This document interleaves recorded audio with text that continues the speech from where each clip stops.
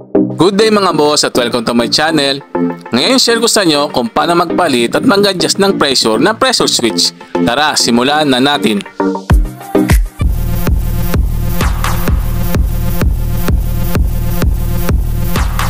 Mga boss, bago po natin palitan ng pressure switch, alamin po muna natin ang existing cut-in at cut-off pressure ng bladder tank.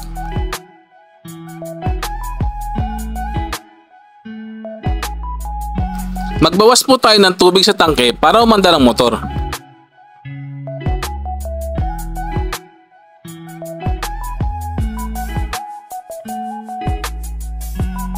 Mga boss, lumampas na po siya ng 30 PSI pero hindi po siya gumana.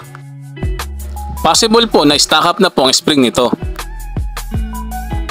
Mga boss, i-off na po natin ang breaker ng power circuit at ng control circuit. Mga boss, ito po ang water pump's pressure switch na naka-preset sa 30 PSI to 50 PSI. Na-adjust naman po ito. Depende po sa pressure requirement na kailangan nyo.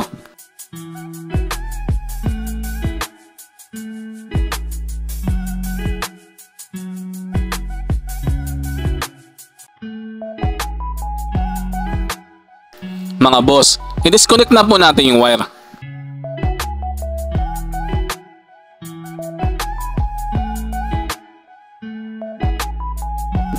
Pagkatapos po ay tanggalin na po natin ang pressure switch.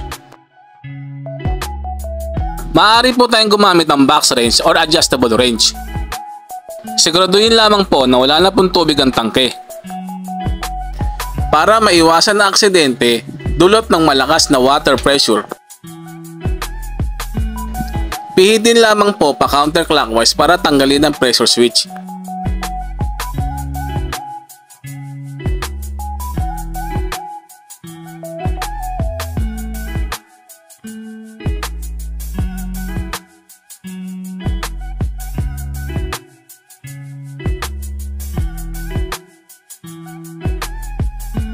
Mga boss, ipalit na po natin itong bagong pressure switch.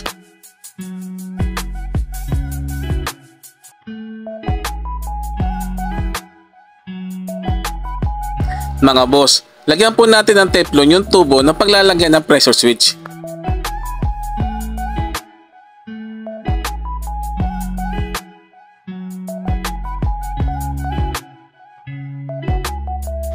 Ngayon naman po ay kabit na po natin ang pressure switch.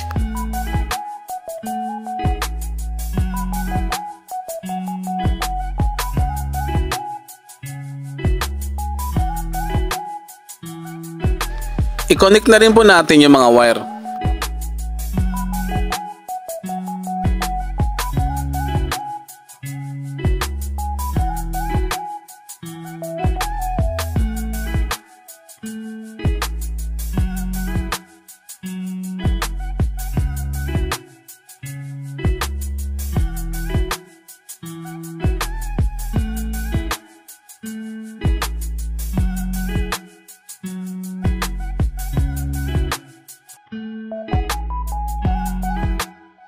Mga boss, kapag okay na po, i-on na po natin yung mga breaker.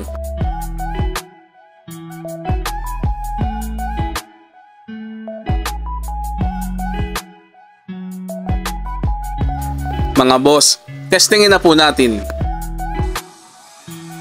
Mga boss, mag-release po tayo ng tubig para malaman po natin yung cut-in pressure. Mga boss, hindi po umabot ng 30 PSI yung pressure. Kaya magdadagdag po tayo.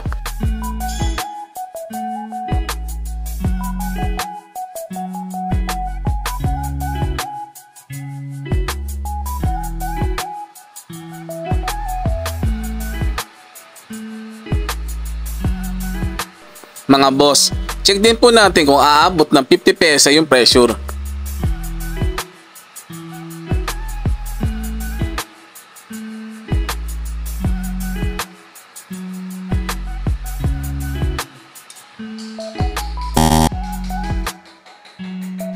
Mga boss, hindi rin po umabot ng 50 PSI yung pressure.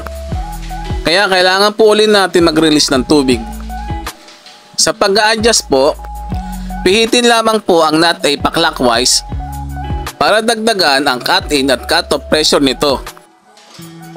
At pihitin ang nut A pa counterclockwise para bawasan ang cut-in at cut-off pressure nito.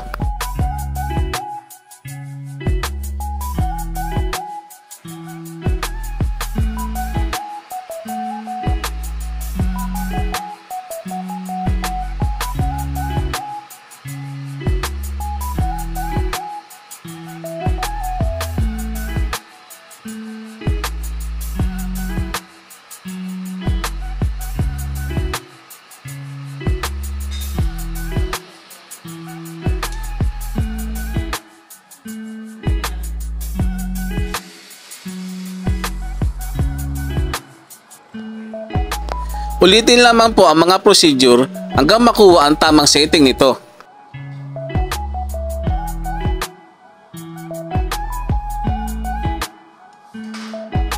Mga boss, try po ulit natin mag-release ng tubig.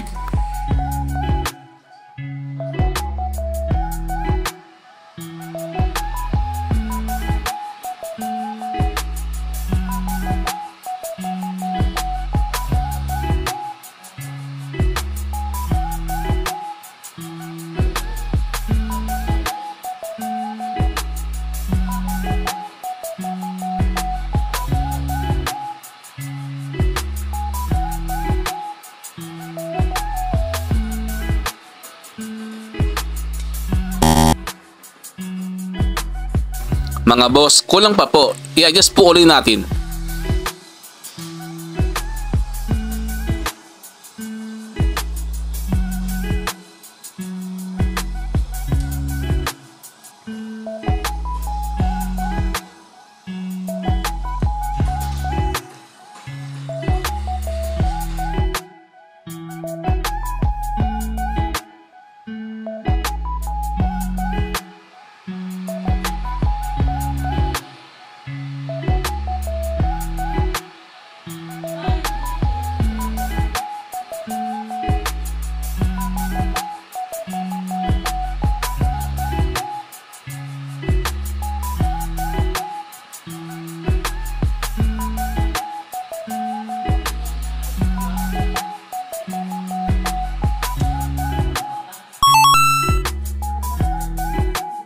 Mga boss, okay na po. Nakuha na po natin yung cut-off pressure. Isunod na po natin yung cut-in pressure.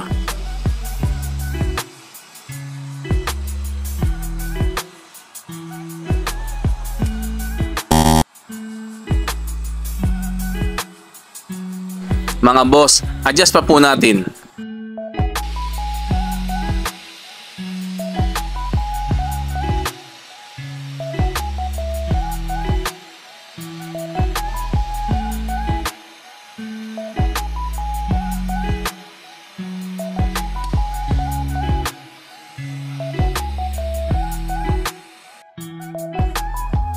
Mga boss, isang beses pa po.